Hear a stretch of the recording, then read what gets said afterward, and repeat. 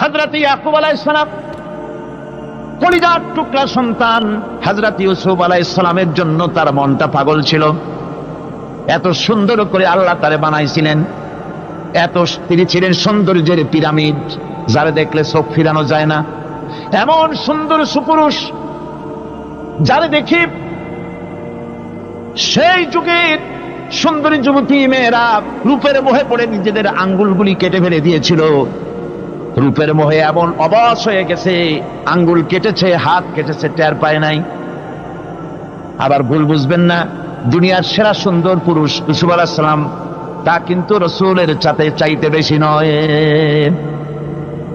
হযরত উম্মুল মুমিনিন আয়েশা রাদিয়াল্লাহু তাআলা আনহা তিনি বলেছেন, যেই সব সুন্দরী রমণীরা ইউসুফ আলাইহিস সালামকে দেখে রূপের মোহে পড়ে নিজেদের আঙ্গুলগুলো কেটে ফেলেছিল, ওরা যদি আমার হাবিবকে দেখতো, ওরা যদি আল্লাহ রাসূলকে দেখতো, তাহলে হাত কাটতে কাটতে কোন ফাঁকেতে কলিজা কেটে ফেলে দিত, ওরা টের পেত না।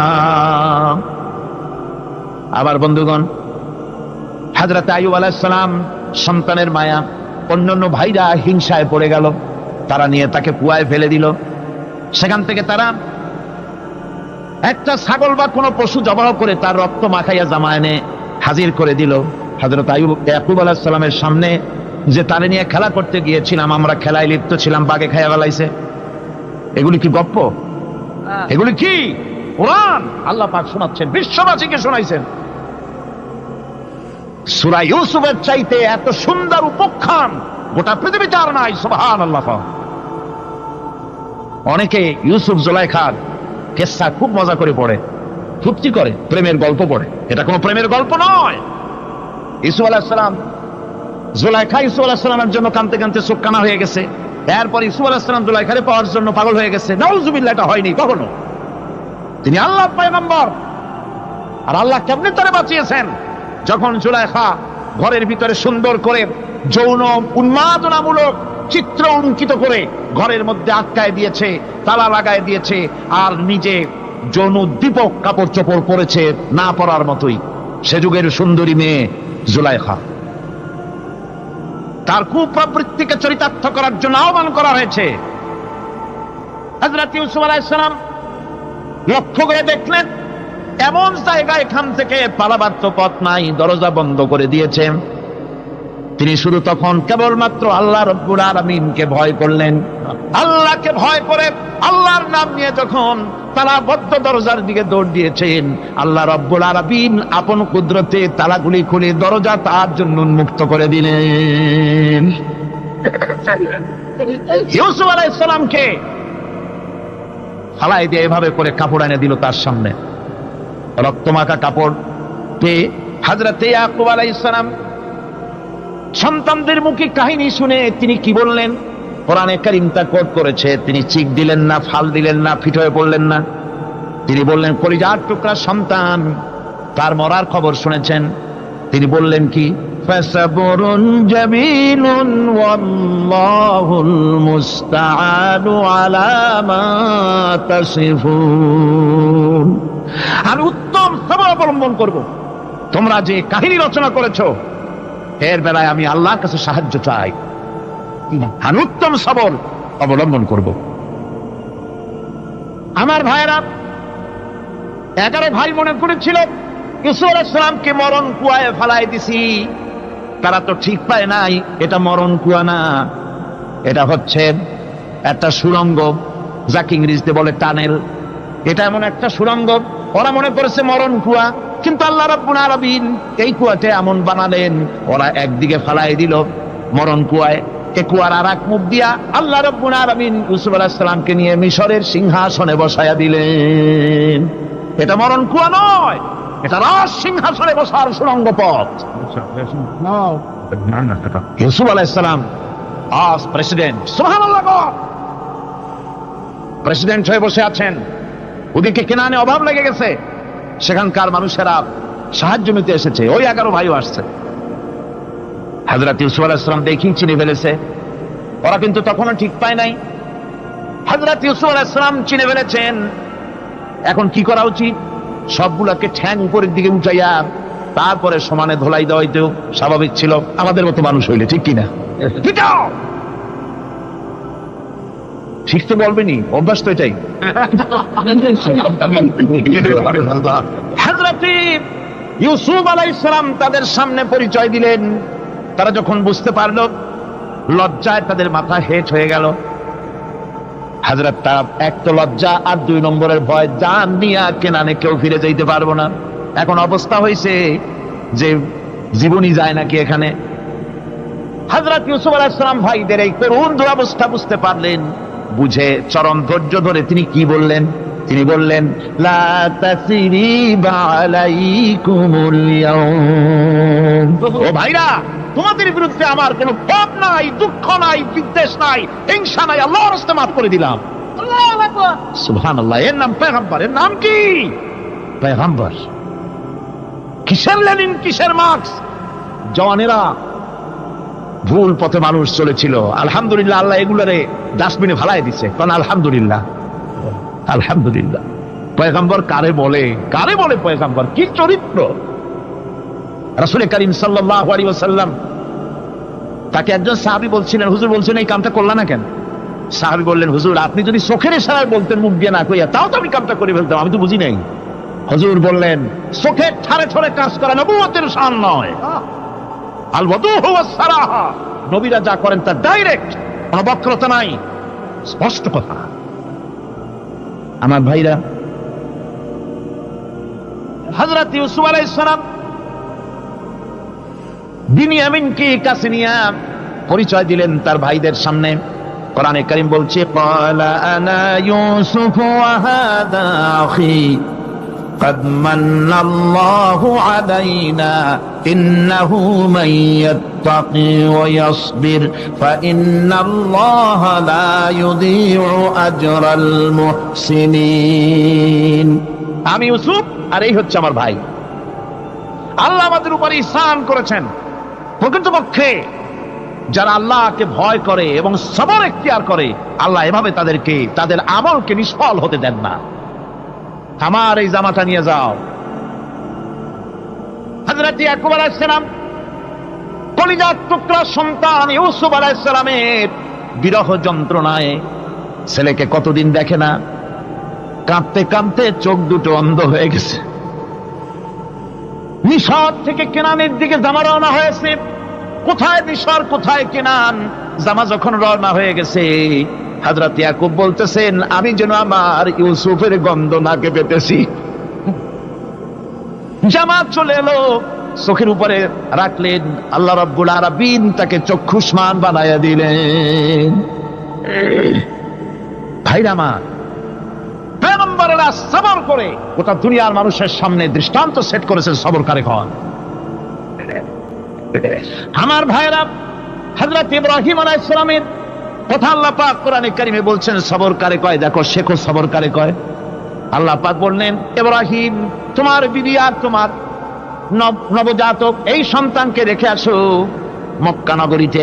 তিনি চলে গেলেন। সেখানে ঘর নাই, বাড়ি নাই, কিচ্ছু নাই, চতুর্দিকে ধুধু বালু আর মরুভূমি। হযরতে হাজরা বলছেন, ইব্রাহিম, সামান্য পানি আর খাবার দিয়া আমার সন্তান শুদ্ধ এখানে রেখে যেতেছো, আমি কি অপরাধ করেছি?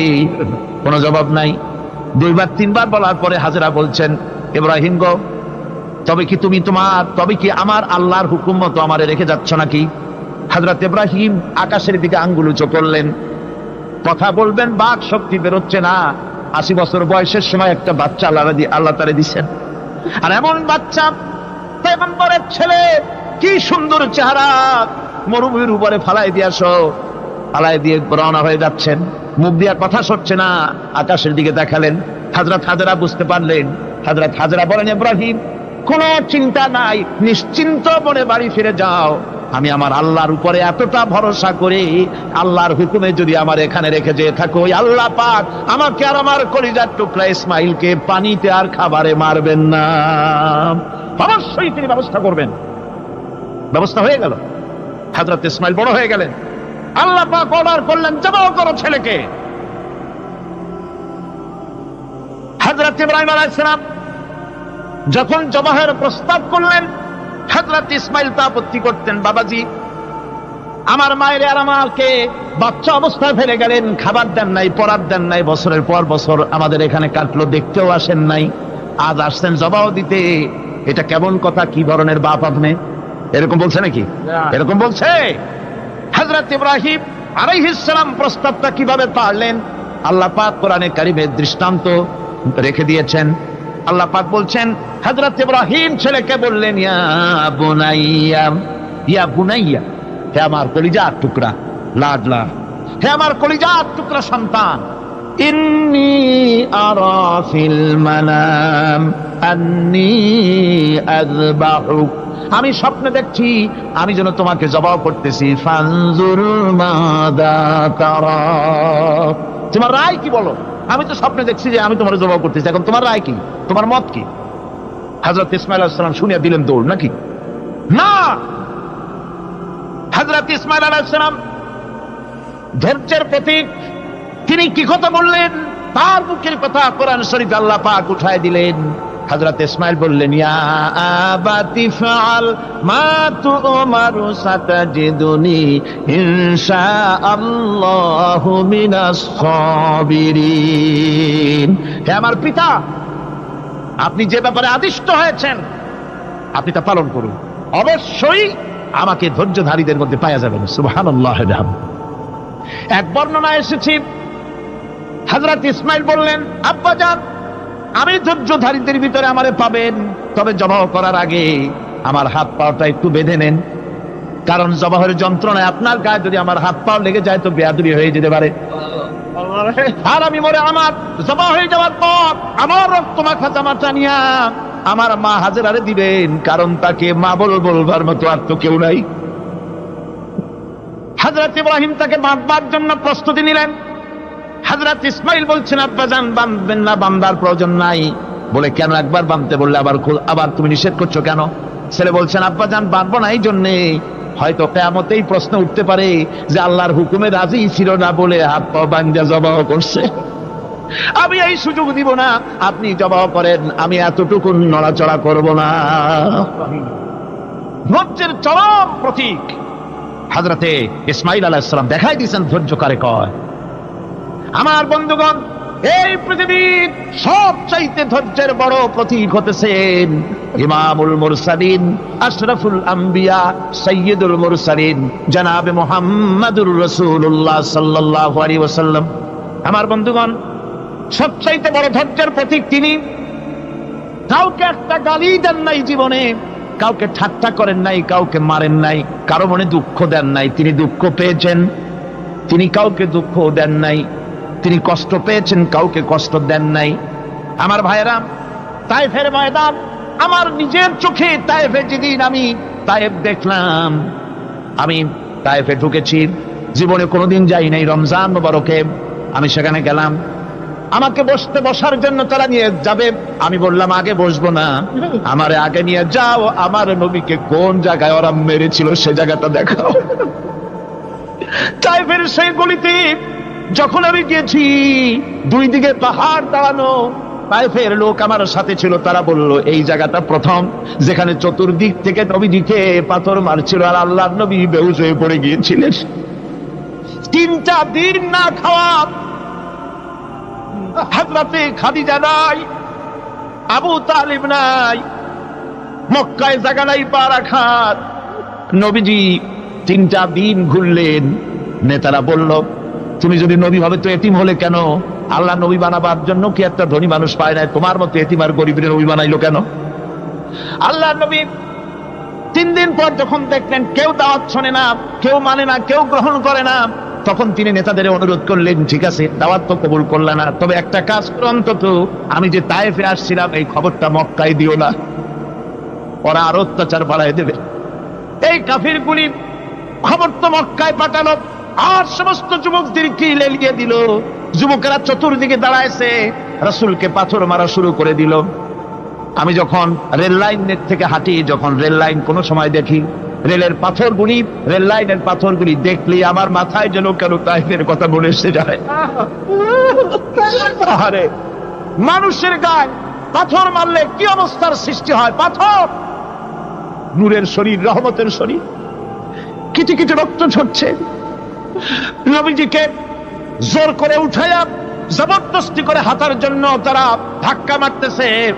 আবার কিছুদিন গিয়ে নবীজি আবার বেহুশ হয়ে পড়েছেন, এইখান থেকে আবার উঠাইছে, আবার ধাক্কা মারতেছে। 3 নম্বরের আরেকটা জায়গা আছে যেখানে ভাঙ্গা একটা মসজিদ। তাইফের লোকেরা আমাকে বলল এই জায়গাটা হলো শেষ জায়গা যেখানে রাসূল করিম তৃতীয়বারের মতো বেহুশ হয়েছিলেন, এখানেই হুজুরের রক্ত ঝরেছে বেশি। 2 রাকাত নামাজ পড়লাম, সিজদায় পড়ে এমন কান্না কাঁদলাম আল্লাহর কাছে। নবীজি যখন হুঁশ এসেছে, হযরতে জিবরাইল বলেন, ইয়া রাসূলুল্লাহ, আপনার এই কষ্ট দেখে ফেরেশতারা কাঁদতেছে, আপনি অনুমতি দিয়ে দেন এই 2 পাহাড়কে মিলাইয়া সমস্ত তায়েফবাসী কাফেরগুলি মাটির সাথে মিশাইয়া দেই। নবীজি বললেন, জিবরাইল, আমি যদি হুকুম করি আর আমার হুকুম মতো যদি এই কাম করো, একটা কাফেরও যদি না বাঁচে তাহলে কার মুখে পৌঁছাবো লা ইলাহা ইল্লাল্লাহু মুহাম্মাদুর রাসূলুল্লাহ। আমার ভাইরা, হযরত সাল্লাল্লাহু আলাইহি ওয়াসাল্লাম উঠে বসলেন। এমন সময় হযরতে যায়েদ শরীরের রক্তগুলি মুছে দিতেছেন। হযরত সাল্লাল্লাহু আলাইহি ওয়াসাল্লাম বসে 2 খানা হাত উত্তোলন করলেন। নবীজির চোখ থেকে পানি গড়ায় পড়তেছে। আরে কেউ নাই, আল্লাহ ছাড়া কেউ নাই সাহায্য করার। নবীজি হাত তুলে মোনাজাত করতেছেন, চোখ দিয়া পানি পড়ে দাড়ি ভিজে পড়তেছে, গায়ে দিয়া রক্ত ঝরতেছে। নবীজি কি দোয়াটা করলেন? বদদোয়া করলেন না, গজব দিতে বললেন না। নবীজি দোয়া করলেন, রব্বুল আলামিন, এই তায়েফের লোকেরা আজকে আমার সাথে যে ব্যবহারটা করেছে, ওরা বোঝে নাই যে আমি তোমার নবী, ওরা বোঝে নাই যে আমি তোমার রাসূল, না বুঝে আমার উপরে যে অত্যাচারটা করলো, আল্লাহ তুমি এই জন্য রাগ করে এই তায়েফে তুমি গজব দিও না। আল্লাহ পাক পরবর্তী সময় হুজুরকে স্মরণ করাই দিলেন, ওয়া মা আরসালনাকা ইল্লা রাহমাতাল লিল আলামিন। ও নবী, আপনি হচ্ছেন আমার সমস্ত সৃষ্টি জগতের জন্য, আপনি আমার রহমত, আমার গোটা বিশ্বের জন্য আপনার, আমার সৃষ্টি জগতের জন্য আপনি আমার করুণা। একটা লোক রাসূলের এই কষ্ট দেখে বাগান থেকে 1 গ্লাস আঙ্গুরের শরবত এনে হাজির করেছে। এত কষ্টের পর 3 দিনের না খাওয়া আঙ্গুরের একটা শরবত পাইয়া হুজুর খুব খুশি হলেন। শরবত গ্লাস পান করে হুজুর বলছেন, তোমার নাম না আত্তাস? তিনি বলছেন, হ্যাঁ হুজুর, আমার নাম আত্তাস। তোমার বাড়ি না ইউনূস আলাইহিস সালামের গ্রামে? বলে, হ্যাঁ আমার বাড়ি সেই গ্রামে। তা আপনি কি করে জানলেন আমার নাম আত্তাস আর আমার বাড়ি ইউনূস আলাইহিস সালামের গ্রামে? আপনি জানলেন কি করে? হুজুর বললেন, আমি নবী, হযরত ইউনূস নবী, একজন নবীর খবর আর একজন নবীর কাছে থাকে। রাসূল করিম সাল্লাল্লাহু আলাইহি ওয়াসাল্লাম সবর ইখতিয়ার করেছিলেন, ধৈর্য অবলম্বন করেছিলেন, আর আল্লাহ পাক তাকে নির্দেশ করেছেন, সবর করো। ওয়াত্তাবি' মা ইউহা ইলাইকা ওয়াসবির হাত্তা ইয়াহকুমাল্লাহ। তুমি কেবল সেই জিনিসের অনুসরণ করো যা আমি তোমার প্রতি অবতীর্ণ করেছি। আমি আপনার উপরে যেটা অবতীর্ণ করেছি ওটার অনুসরণ করুন, আর সবর ইখতিয়ার করুন যতক্ষণ না আল্লাহর পক্ষ থেকে চূড়ান্ত ফয়সালা না আসে। ধৈর্য ধরুন, ধৈর্য ধরুন। আমার ভাইরা, কাফেরদের নির্যাতনের মোকাবেলায় আল্লাহ পাক তার হাবিবকে সান্ত্বনা দিয়েছেন। যখন কাফেররা নির্যাতন করতেছে, হারে হযরতে বেলাল নির্যাতিত, হযরতে সুমাইয়া নির্যাতিতা, হযরতে খাব্বাব, হযরতে হুবায়ব, হযরতে আম্মার রিদওয়ানুল্লাহি তাআলা আলাইহিম আজমাইন, এত মার হতেছে। হযরত ওমর হযরতে খাব্বাব রাদিয়াল্লাহু তাআলা আনহুকে খোলা গায়ে দেখে বলছিলেন, খাব্বাব রে, তোমার পিঠে এত গর্ত কেন? এত গর্তওয়ালা পিঠ তো আমি মানুষের দেখি নাই, এত চিকুন কোমরওয়ালা মানুষও তো দেখি নাই। তিনি বলেছেন, ওমর তুমি কি ভুলে গেছো? ইসলাম কবুল করার অপরাধী কাফির বেঈমানেরা আগুন জ্বালায়া আংটা আগুনের উপরে আমাকে চিৎ করে শোয়াছে, আমি যেন নড়াচড়া করতে না পারি সেজন্য আমার বুকের উপরে পাথর চাপা দিয়ে রেখেছিল। গায়ের চর্বি আর রক্ত গলে গলে পড়ে আগুন নিবেছে, আর আগুন গোশত পুড়ে যে পিঠের মধ্যে প্রবেশ করেছিল আজও পর্যন্ত পিঠের সেই গর্ত সেরে যায় নাই। এভাবে অত্যাচার হচ্ছিল সাহাবীদের উপর। আল্লাহ রাব্বুল আলামিন তার হাবিবকে সান্ত্বনা দিলেন, واصبر وما صبرك إلا بالله ولا تحزن عليهم ولا تك في ضيق مما يمكرون হে রাসূল সবরের সাথে কাজ করতে থাকুন আপনার এই সবরের তৌফিক তো আল্লাহই দিয়েছেন আর ওদের সমস্ত ষড়যন্ত্র ওদের অপকৌশলে আপনি দুঃখিত হবেন না চিন্তা করবেন না ভারাক্রান্ত হবেন না আপনি নিশ্চিত থাকুন ওয়াসবির লিহুকমি রাব্বিকা ফাইন্নাকা বিআয়ুনিনা হে নবী আপনার রবের চূড়ান্ত ফয়সালা আসা পর্যন্ত ধৈর্য ধারণ করুন আপনি তো আমার চোখের সামনে সুবহানাল্লাহ সুবহানাল্লাহ গড আপনি আমার চোখের সামনে কে আপনাকে কি করবে আমি দেখবো না সুবহানাল্লাহ মন্ত্রী যদি এই সলিমুদ্দিন মার্কা মন্ত্রী যত আছে এই মন্ত্রীরা যদি দেখাতে ভয় কিসের আমি তোকে দেখছি না সাহসটা কেমন বাড়ে সাহস আর এ কোনো মন্ত্রী ছাতা মাতা না কোন প্রেসিডেন্ট রাজা বাদশা না আকাশ আর জমিনের মালিক আমার আল্লাহ রাব্বুল আলামিন বলছেন হাবিব কোনো চিন্তা নাই আপনি আমার চোখের সামনে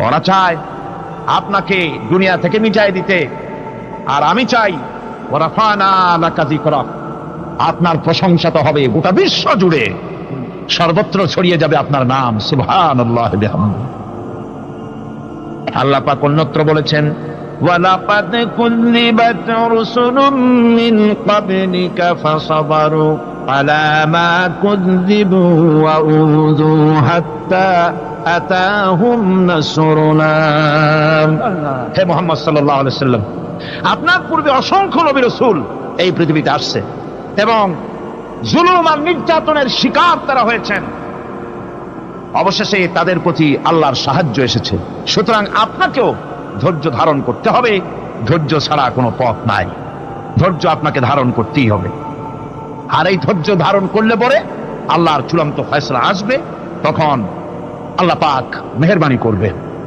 আমার ভাইরা এই ধৈর্য পৃথিবীর সমস্ত পয়গম্বরেরা ধৈর্য অবলম্বন করেছেন কখনো অধৈর্য হন নাই দিন কায়েমের সংগ্রামে নবী রাসূলগণ দারুণ ভাবে সবর ইখতিয়ার করেছেন বৃদ্ধবাদীদের সকল রকমের নির্যাতন অপকৌশল ষড়যন্ত্র এই সব কিছু মোকাবেলা করেছেন ধৈর্যের নীতি অবলম্বন করি কখনো ধৈর্যচ্যুতি তাদের মধ্যে ঘটেনি বরং আল্লাহ রাব্বুল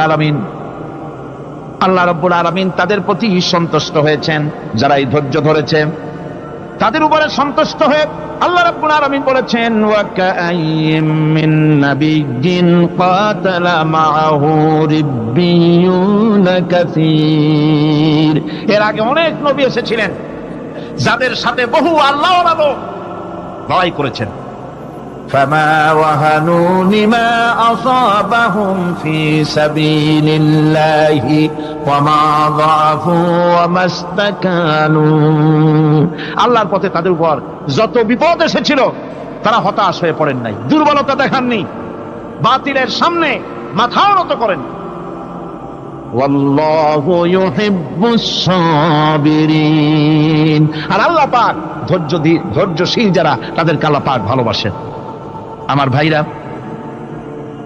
ধৈর্যের পরিচয় রাসূল করিম সাল্লাল্লাহু আলাইহি ওয়াসাল্লাম উহুদের ময়দানে যখন আক্রান্ত হয়ে গেলেন চতুর্দিকে কাফেররা ঘিরে ধরেছে বাঁচার কোনো পথ নাই সাহাবায়ে কিরাম রাসূলকে পাহারা দিলেন যারা রাসূলকে পাহারা দিতে দাঁড়ায়ছেন জীবন দিয়া পাহারা দিতে দাঁড়ায় গেছে রাসূলের দিকে মুখ দিয়া পিঠটা বাইরের দিকে দিয়ে রাসূলকে পাহারা দেওয়া শুরু করেছেন হুজুরকে পাহারা দিতে যারা দাঁড়িয়েছিলেন কাফের কর্তৃক নিক্ষিপ্ত কি তীরগুলি এসে যখন বিঁধতেছিল শুধু একজন সাহাবী হযরত তালহার পিঠের ভিতরে রাসূলকে হেফাজতের জন্য 80টা তীর একজনের পিঠের মধ্যে গিয়ে ঢুকেছে এক অসতর্ক মুহূর্তে নবীজির জানদান মোবারক শহীদ হয়ে গেল শিরস্থান ভেঙে গেল লোহার কড়া প্রবিষ্ট হয়ে গেল কপালের ভিতরে হুজুর মাথা ঘুরে পড়ে গেলেন হযরত আবু উবাইদা রাদিয়াল্লাহু তাআলা আনহু হুজুরের মস্তক মোবারককে করে নিয়ে তারপরে বহু কষ্ট করে মাথা থেকে লোহার কড়া বের করলেন এবার ওই কড়ার ছিদ্র দিয়ে রক্ত আসতেছে মুখ দিয়ে রক্ত পড়তেছে দাড়ি ভিজে যাচ্ছে বুখারী শরীফে এসেছে আল্লাহর নবী দুইখানা হাত নিজের চেহারার উপরে মলে আনে, টাটকা রক্ত চোখের সামনে দেখে বলছেন, আহারে এই কওমের ফালাত কি করে হবে, এই কওমের মুক্তি কি করে হবে, এই কওমের নাজাত কি করে হবে, যে কওম তার নবীর চেহারা রক্ত দিয়ে আল্লাহ বানাইয়া দিল।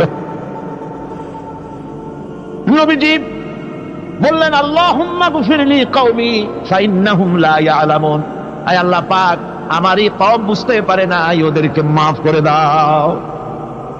খবর ছড়িয়ে গেল নবীজি শহীদ হয়ে গিয়েছেন। খবর ছড়িয়ে গেল চতুর্দিকে, মদিনায় খবর ছড়িয়ে গেল, মানুষ পাগলের মতো দৌড়ানো শুরু করে দিল।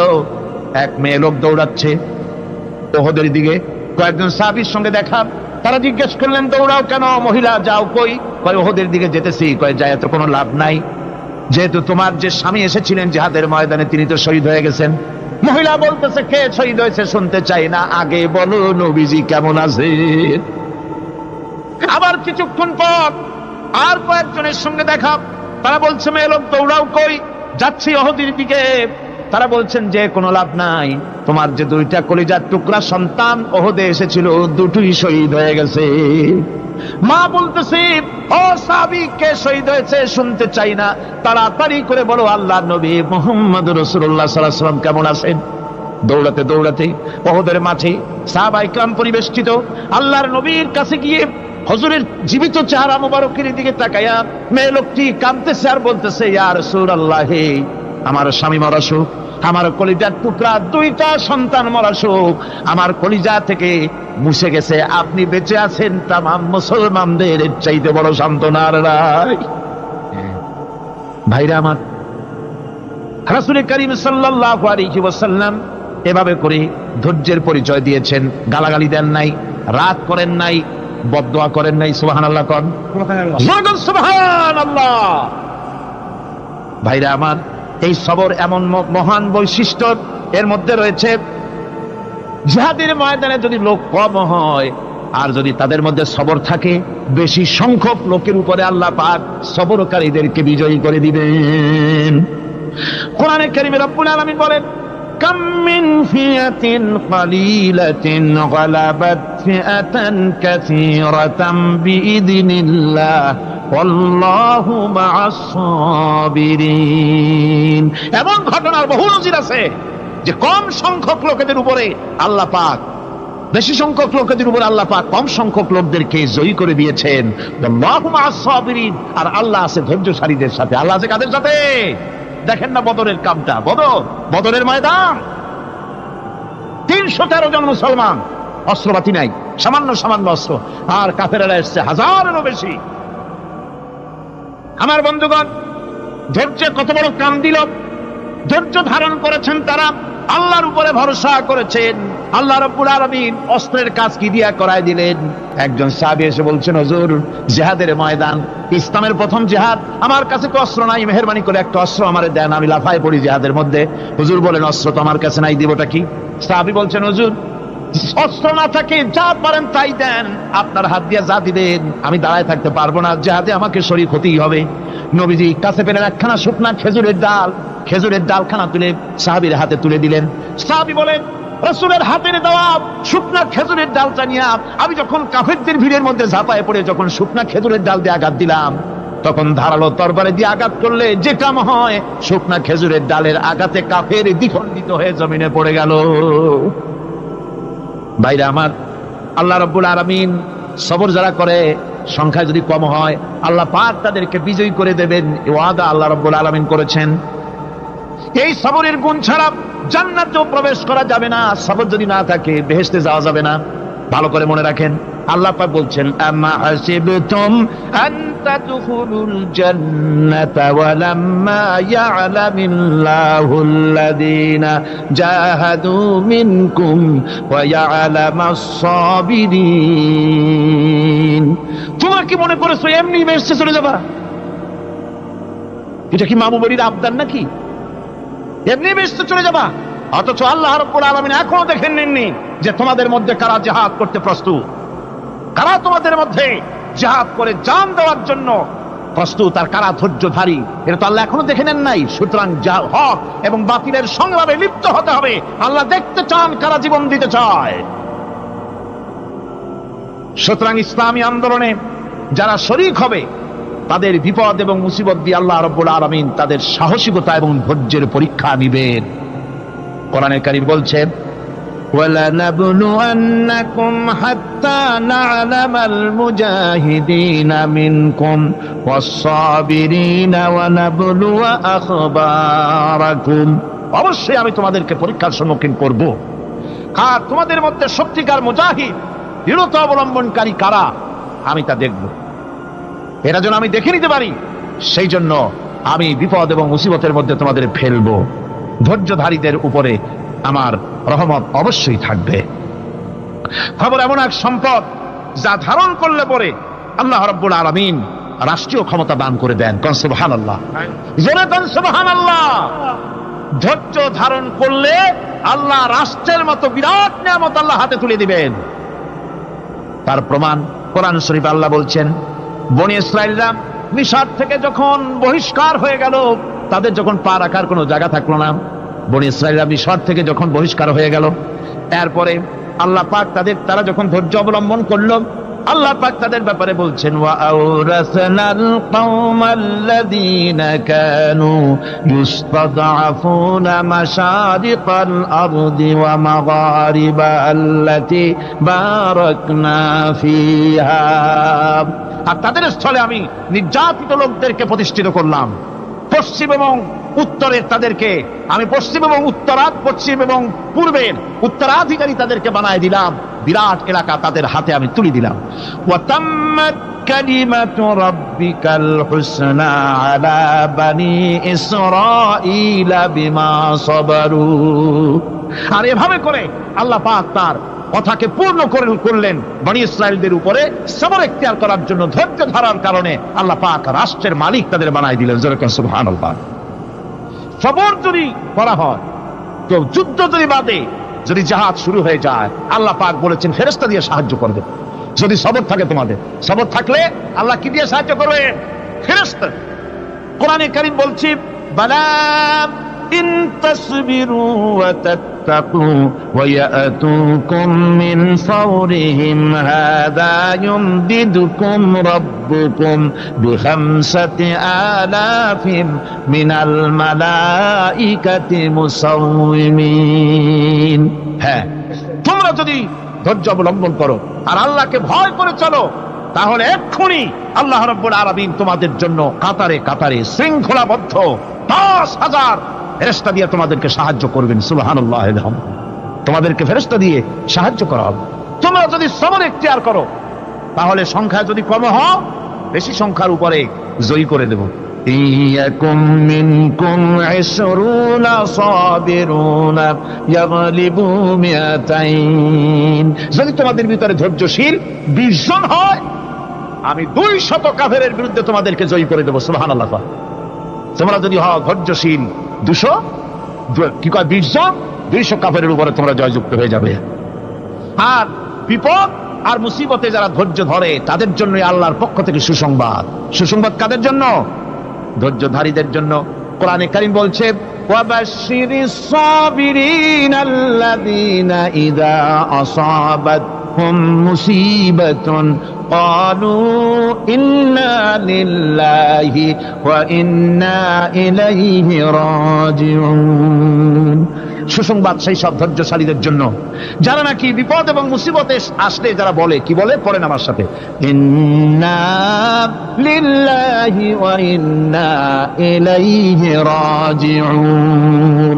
এটা শুধু আমাদের লোকেরা কেউ মরলে পড়ে, এটা শুধু মরার সময় নয়, বরং যে কোনো বিপদ আর মুসিবত এলে মোমেন বান্দা যারা, তারা কি পড়বে? ইন্না লিল্লাহি ওয়া ইন্না ইলাইহি রাজিউন।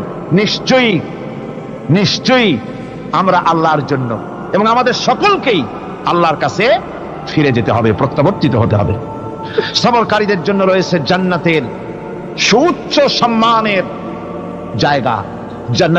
জান্নাতে সবচেয়ে সম্মানজনক জায়গা আল্লাহ রাব্বুল আলামিন ধৈর্যশালীদেরকে দান করবেন।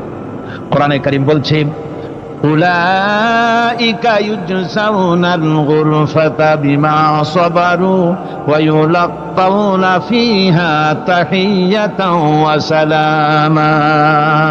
এরা হলো সেই সব লোক যাদেরকে প্রদান করা হবে বেহেশতের সুউচ্চ মঞ্জিল, কারণ তারা সবর ইখতিয়ার করেছিল, তারা সবর করছিল, এই জন্য বেহেশতের সবচাইতে ভালো জায়গা তাদের দেওয়া হবে। কোন আলহামদুলিল্লাহ, জোরে কোন আলহামদুলিল্লাহ। এবং জান্নাতে সবরকারীদেরকে সম্বর্ধনা দেওয়া হবে, সম্বর্ধনা দেওয়া হবে। খালিদিনা ফিহা হাসুনাত মুস্তাকাররান ওয়া মুকামা। চিরদিন তারা জান্নাতের ভেতরে বসবাস করবে এবং কতই না সুন্দর, কতই না উত্তম জায়গা সবরকারীদের জন্য আল্লাহ বেহেশতের মধ্যে রেখে যাবেন। জান্নাতে প্রবেশ করার সাথে সাথে চতুর্দিক থেকে ফেরেশতারা ছুটে আসবে সবরকারীদের জন্য। ওয়াল মালাইকাতু ইয়াদখুলুনা আলাইহিম মিন কুল্লি বাব। চতুর্দিক থেকে ফেরেশতারা তাদেরকে ইস্তেকবাল করবে, কি বলবে? সালামুন আলাইকুম বিমা সাবারতুম ফানি'মা উকবাদ-দার। তোমাদের প্রতি শান্তি বর্ষিত হোক, কারণ তোমরা পৃথিবীতে সবর অবলম্বন করেছিল। কতই না উত্তম জায়গা, কতই না সুন্দর জায়গা আল্লাহ রাব্বুল আলামিন সবরের বিনিময় তোমাদেরকে দান করেছেন। সুতরাং এই সবর হচ্ছে মুসলমানদের জন্য সবচেয়ে বড় নিয়ামত। আজ আমার তো মনে হয় পৃথিবীতে মুসলমানরাই সবচেয়ে বেসবর। ট্রেনে যাবে, বসা নিয়ে বেসবর, টিকিট নিয়ে বেসবর, বাসের মধ্যে বেসবর, বাজারে যাবে বেসবর, স্কুলে যাবে বেসবর, যেখানে যান সব জায়গায় আমরা বেশি অধৈর্য, ঠিক কিনা? কর সামান্য সামান্য জিনিস নিয়ে ঝগড়া করা, মারামারি করা, এই হচ্ছে আমাদের ট্র্যাডিশন। ধৈর্য অবলম্বন করতে হবে জীবনের সকল ক্ষেত্রে, এই ধৈর্য আমাদেরকে রক্ষা করতে হবে।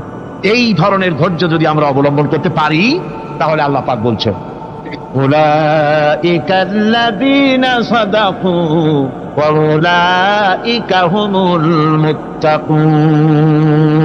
এরাই হলো ঈমানের দাবিতে সত্যবাদী। কোন আলহামদুলিল্লাহ। কারা কারা? না না, শুধু সবরকারী না। এই যে 10টা পয়েন্ট বলা হলো, কয়টা পয়েন্ট বলা হয়েছে? 10টি পয়েন্ট। সেই 10টি পয়েন্ট যারা পালন করবে এরা হলো ঈমানের দাবিতে সত্যবাদী, আর এরাই হচ্ছে প্রকৃতপক্ষের মুত্তাকি। আমরা মুত্তাকি বুঝি দাঁতে ছাতা, দাড়ি টাড়ি আশ্রয় না, জাব্বা জুব্বা গায়ে দিয়ে কোনো জায়গায় পড়ে থাকে, হ্যাঁ, এটা বড় মুত্তাকি, খুব পরেজগার। সালাত সত্তর যদি পড়ে তাহলে তো আরো বড় পরেজগার। জি, আর যদি কাপড় চোপড় মোটেও না থাকে তাহলে তো খাজা বাবা হয়ে গেল। জি, নাউযুবিল্লাহ মিন যালিক। আর আল্লাহ বলছে মুত্তাকি কারে কয়? শোনো, এরে কয় মুত্তাকি যাদের মধ্যে এই 10টা গুণ আছে। এই 10টি সত্য যদি সম্পাদন করতে পারি, যদি আমল করতে পারি, জীবন ধন্য হয়ে যাবে। সেই 10টি কথা আমি আবার আপনাদের স্মরণ পটে তুলে দিতে চাই, প্যাকেট করে পকেটে উঠাই দিতে চাই, যেন বাড়ি নিয়ে যেতে পারেন। 1 নম্বর হচ্ছে 10টি পয়েন্টের 1 নম্বর আল্লাহর প্রতি ঈমান। 1 নম্বরে আল্লাহর প্রতি ঈমান, 2 নম্বরে পরকালের প্রতি ঈমান, 3 নম্বরে ফেরেশতাদের উপর ঈমান, 4র্থ নম্বরে কিতাবের প্রতি ঈমান, 5ম নম্বরে নবীদের প্রতি ঈমান, 6ষ্ঠ নম্বরে সহায় সম্বলহীন, নিকটবর্তী আত্মীয়, ইয়েতিম, মিসকিন, প্রবাসী, মুসাফির, সাহায্য প্রার্থী, এদেরকে মুক্ত করার জন্য এদেরকে সাহায্য প্রদান করা। 7 নম্বরে নামাজ প্রতিষ্ঠা করা, 8 নম্বরে যাকাত আদায় করা, 9 নম্বরে ওয়াদা পালন করা, 10 নম্বরে সবর এখতিয়ার করা। কয়টা হইল? এই 10টি কাজ যদি আমরা পালন করতে পারি, বিপদে মুসিবতে ধৈর্য ধারণ করতে পারি, যত মুসিবত আসুক, আসলে এগুলি কিছু না। মুসিবত আল্লাহ টেস্ট করবেন, মুসিবত দিয়া আল্লাহ টেস্ট করেন। দেখা যায় যে ওদের শক্তি খুব বেশি, চোখে আপনি দেখতে পারেন, কিন্তু আল্লাহ বলছেন ইন্না কায়দাশ শায়তানে কানা দাঈফা। বাতিলরা হলো শয়তান। বাতিলরা কি? আর ওদের চক্রান্ত আসলেই দুর্বল। এদের চক্রান্ত আসলে কি? দুর্বল। কাজেই এগুলিকে ভয় করা যাবে না। বিপদে মুসিবতে ধৈর্য ধারণ করে যদি অগ্রসর হওয়া যায়, তো আল্লাহ রাব্বুল আলামিন এই 10টি পয়েন্ট যদি আমল করা যায়, দুনিয়াও শান্তি পাবো, আখিরাতেও শান্তি পাবো। যত মুসিবত আসুক, বিপদ আসুক, ধৈর্যের সাথে মোকাবেলা করতে হবে। ধৈর্যের অর্থ কি? আমি আগেই বলেছি, ধৈর্যের অর্থ হচ্ছে অবিচলতা, দৃঢ়তা, বরদাস্ত করা, সহিষ্ণুতা, ধীরতা, স্থিরতা। ধৈর্যের অর্থ এটা নয় একজন একটা থাপ্পড় মারলো আর আপনি বলবেন যে বাবা ব্যথা পাইছো নাকি, তাহলে আরো একখান থাপ্পড় দিয়ে দাঁত আমার সবগুলো ভালায় না। এর নাম ধৈর্য নয়। ধৈর্য হচ্ছে পরিস্থিতির মোকাবেলা করতে হবে সাহসিকতার সাথে, এর নাম হচ্ছে ধৈর্য। ওই যে আমি একটা দৃষ্টান্ত দিয়ে থাকি, এক সাপ একবার মুরিদ হয়েছিল এক পীর সাহেবের কাছে। পীর বলছিলেন যে না, আমি তো এইসব সাপ টাপ মুরিদ বানাই না। কয় না হুজুর, আমার বানা। তারপরে মুরিদ বানায় কিছু অজিফাতারে শিখাই দিল, আর বললো খবরদার কাউকে দংশন করবে না। ঠিক আছে, সে যায়া জিজ্ঞাসা শুরু করে দিয়েছে। এর মধ্যে জমিনে রাখাল আসছে, ধান কাটছে, ধানগুলো নিবি কি করে, দড়ি দাড়ি পাচ্ছে না। তো কি করা যায়, বানবে কি দিয়া? সন্ধ্যার পরে অন্ধকারে দেখে যে দড়ি একটা পড়ে আছে। ও যে কি দড়ি তা তো ওরা বোঝে না, ওইটারে নিয়ে ধানরে ফেসাইয়া লেজ দিয়ার মাথা দিয়ে এরকম করে বাসের দিয়ে বানছে। সাপ তখন বলতেছে, হায় হায় রে, কেবল যে মুরিদ হইছি, তা না হলে তুই ঠিক পাইতি যে আমি কি ধরনের দড়ি। এরপরে নিয়ে বাড়ি নিয়ে ভালাই দেশে খুলে সাপটার ঘাড় গেছে মস্কিয়া। বহুত কষ্ট করে হুজুরের বাড়ি গিয়ে হাজির, কয় হুজুর কি একখান জিকের শিখাইলেন, আমার তো ঘাড়টার মস্কে শেষ। আশ্চর্য কথা, কত মানুষ মুরিদ হইলো, কত কিছু মুরিদ হইলো, কারো তো জিকের করলে ঘাড় মস্কে যাবে কেন, এটা কেমন কথা? কয় হুজুর ঘটনাই। আরে বেটা ঘটনা এইটা, তুই কি করছিলি? কয় যে আপনি যে নিষেধ করছেন দংশন করতে, আমি তো দংশন করতে পারিনি। আরে বেটা, দংশন করতে নিষেধ করছিলাম, ফোঁস করতে তো নিষেধ করি নাই। তোরে যখন দড়ি মনে ফেরে হাত দিছিল, ফোঁস করে উঠতি, ওই রাখা লাভ দিয়া বন আর পার হইয়া দিল্লি চলে যেত। কাজী ধৈর্যের মানে শীত হয়ে পড়ে না। ধৈর্য মানে অবিচলতা, দৃঢ়তা নিয়ে শক্তি সঞ্চয় করে আল্লাহর উপরে ভরসা করে বাতিলের বিরুদ্ধে ঝাঁপিয়ে পড়তে হবে, বাতিল উৎখাত হতে বাধ্য হবে।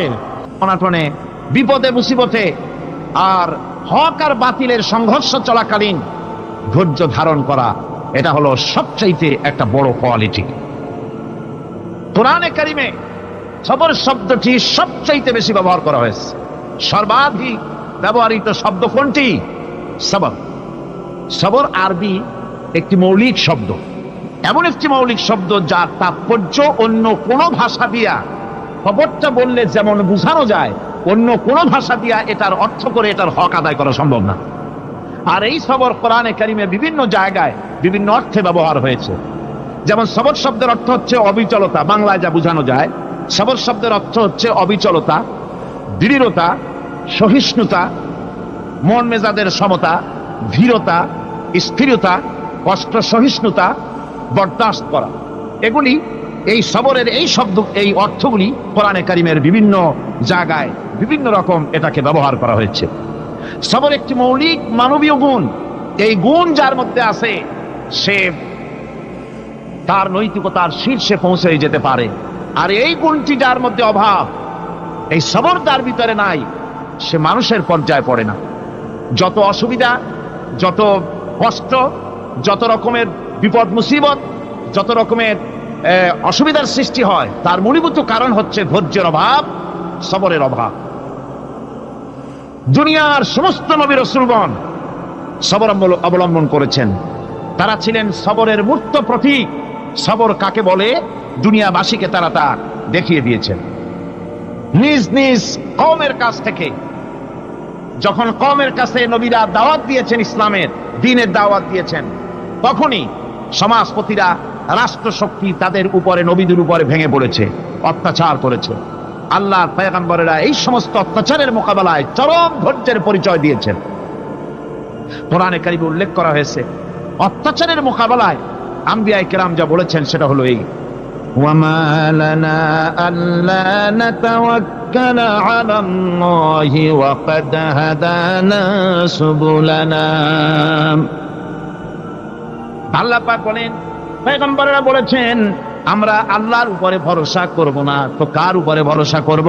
তিনি তো আমাদেরকে সঠিক পথ দেখিয়েছেন, সঠিক রাস্তা আমাদের দেখিয়েছেন, সুতরাং তার উপরেই তো আমরা ভরসা করব।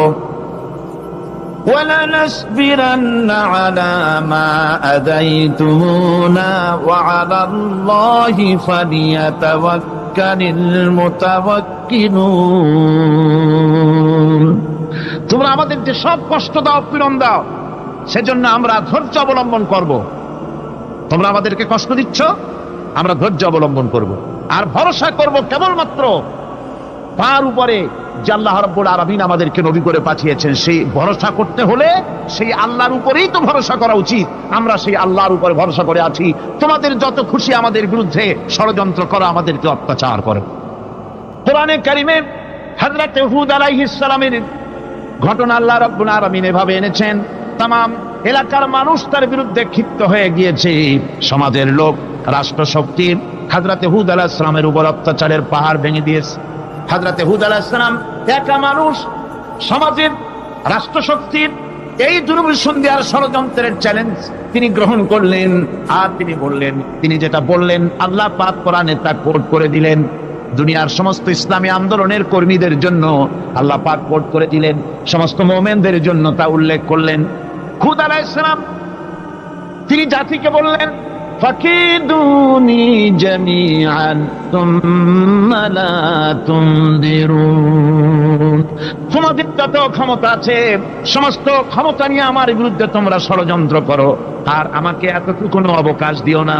আমি সেই আল্লাহ রাব্বুল আলামিনের উপরে ভরসা করেছি, যার কুদরতি হাতের ভিতরে আমার জান, আর গোটা পৃথিবীর সমস্ত প্রাণীর জান যার কুদরতি হাতের মধ্যে, যার হাতের ভিতরে গোটা পৃথিবীর সমস্ত জান, সে আল্লাহর উপরে ভরসা করেছি, যা খুশি তোমরা আমার বিরুদ্ধে করতে পারো। সুবহানাল্লাহ। এটার নাম হলো ঈমান, এটার নাম সবর, এটার নাম ধৈর্য। এই ধৈর্য আসে ঈমানে কামেল হলে পরে এবং আল্লাহর উপরে পরিপূর্ণ বিশ্বাস হলে পরে। যদি কারো দিনের মধ্যে কথা বিশ্বাস থাকে যে আমার জন্য আল্লাহর পক্ষ থেকে যদি কোনো বুলেট নির্ধারণ করা থাকে, গোটা বিশ্ব যদি আমাকে পাহারা লাগায়, ওই বুলেট থেকে আমাকে বাঁচাইতে পারবে না। আর আমার জন্য যদি একটা বুলেট আল্লাহ কর্তৃক নির্ধারিত থাকে, তাহলে গোটা পৃথিবীর মানুষ চেষ্টা করেও সেই বুলেট থেকে আমাকে রক্ষা করতে পারবে না। এটার নাম হচ্ছে ঈমান। এই ঈমান যখন মানুষের মধ্যে সৃষ্টি হয়ে যায়, তখন সে বিপ্লবী শক্তিতে পরিণত হয়ে যায়। তার কাছে ভয় বলে কোনো জিনিস থাকে না, যেহেতু সে তো ভরসা করেছে এমন শক্তির কাছে যার চাইতে প্রচন্ড ক্ষমতা আকাশেও কারো নাই, জমিনেও। তিনি কে? জোরে চিল্লায় বলেন, তিনি কে? আমার বন্ধুগণ, রাসূল করিম সাল্লাল্লাহু আলাইহি ওয়াসাল্লাম হিজরতের রাতে সৌর পাহাড়ের গাড়ে সৌরের কাছে যখন চলে গেছেন, ফজরের রক্ত হয়ে হয়ে আসতেছে। হযরতে আবু বকর রাদিয়াল্লাহু তাআলা আনহু বলছেন, হে আল্লাহর রাসূল, এখন আর অগ্রসর হওয়া ঠিক হবে না, বেলা উঠে গেলে ধরা পড়ে যাব। এখানে গুহা আছে, ভিতরে প্রবেশ করি। হযরতে আবু বকর রাসূলের সম্মতি পেয়ে হযরতে আবু বকর রাদিয়াল্লাহু তাআলা আনহু বলছেন, ইয়া রাসূলুল্লাহ, পাহাড়িয়া গুহা, সাপ বিচ্ছু থাকতে পারে, আমাকে অনুমতি দেন, আমি আগে ভিতরে ঢুকে সাফ করে আপনাকে ডাকি। ভিতরটা সাফ করে তিনি ডাকলেন। রাসূল করিম ভিতরে ঢুকে বলছেন, আবু বকর, পাহাড় বেয়ে বেয়ে বড্ড কষ্ট হয়েছে, একটু বসো, তোমার উরুর উপরে মাথা রেখে আমি একটু ঘুমাইয়া যাই। আল্লাহর নবী আরাম ফরমাচ্ছিলেন। সকালবেলায় কাফির বেঈমানরা যখন আস্তে আস্তে করে গুহা মুখে পৌঁছে গেছে, পায়ের চিহ্ন এখানে শেষ, তাদের নিশ্চিত ধারণা এর ভিতরে নবীজি আছেন। বলছে, বেরিয়ে আসো। একজন বলে নাই, আর একজন বলে আছে। এভাবে তাদের মধ্যে দ্বিমত হয়ে গেল। হযরতে আবু বকর বলছেন, ইয়া রাসূলুল্লাহ, আমরা তো ধরা পড়ে গেছি, আমাদের তো আর উপায় নাই। এই গুহাটা এতই অগভীর, শুয়ে যদি হাঁটু উঁচু করা যায় উপর থেকে দেখা যায়, বসলে পরে মাথা দেখা যায়, ধরা তো পড়ে গেছি, উপায় নাই। আল্লাহর নবী তখন তার হাবিব, তার বন্ধুকে কি বললেন? বিশ্ববাসীর জন্য আল্লাহ পাক কোরআনে তা উঠায় দিলেন। নবীজি তার বন্ধুকে ডেকে বললেন, লা তাহজান ইন্নাল্লাহা মা'ানা। ও আমার সাথী, কোনো চিন্তা করো না, ভয় পেও না, শঙ্কিত হয়েও না। আমরা মাইনরিটি নই, আমরাই মেজরিটি, কারণ আল্লাহ রাব্বুল আলামিন আমাদের সাথে আছেন। সুবহানাল্লাহ। এই চিন্তা, এই ধারণা যদি মানুষের মনের মধ্যে থাকে, তাহলে কখনোই তার মন দুর্বল হবে না, ঈমান দুর্বল হবে না।